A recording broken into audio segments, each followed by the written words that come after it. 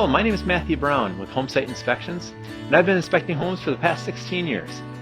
Whether you're planning on selling your home or staying there forever, here's one quick tip you'd like to know. Do you have scalding water in your house? Are you trying to get a few extra years out of your water heater? Well, let me try to talk you out of this. Turning up your temperature on your water heater is causing problems.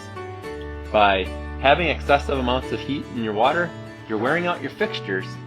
You could also be damaging your pipes, not to mention the scald factor for small children. I would recommend turning the settings back to the manufacturer's suggestions or replacing your water heater.